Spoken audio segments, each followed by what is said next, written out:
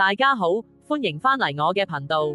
今日想同大家分享呢個個案，主題有啲特別，叫做中意病，所以病。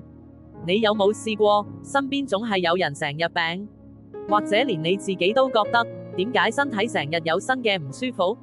今日呢個故事，可能會令你有新嘅睇法。呢位個案主角，我哋叫佢做阿文。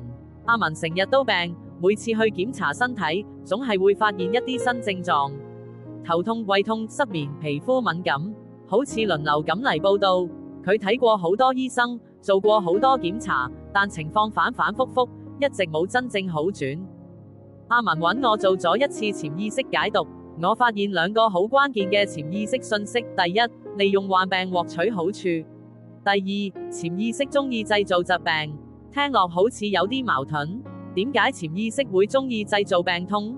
原來阿文嘅潛意識裏面一直將生病連結到一啲好處，比如可以請病假休息，得到身邊人嘅關心同照顧，甚至係逃避一啲唔想面對嘅壓力。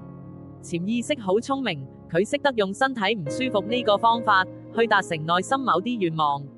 最明顯嘅例子發生喺最近，阿文去旅行滑雪嘅時候發生意外，事後佢不停抱怨自己行衰運，但透過 UMD 深入解讀，我哋發現呢件所謂嘅不幸事件，其實係佢自己潛意識一手造成嘅。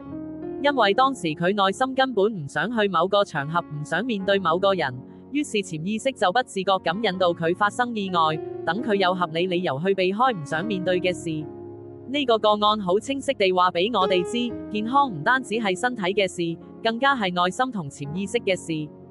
如果你都成日覺得自己好易病，或者成日唔好彩，或者可以停一停，問下自己，我嘅潛意識係咪想透過呢啲症狀話俾我知一啲我未聽清楚嘅心聲？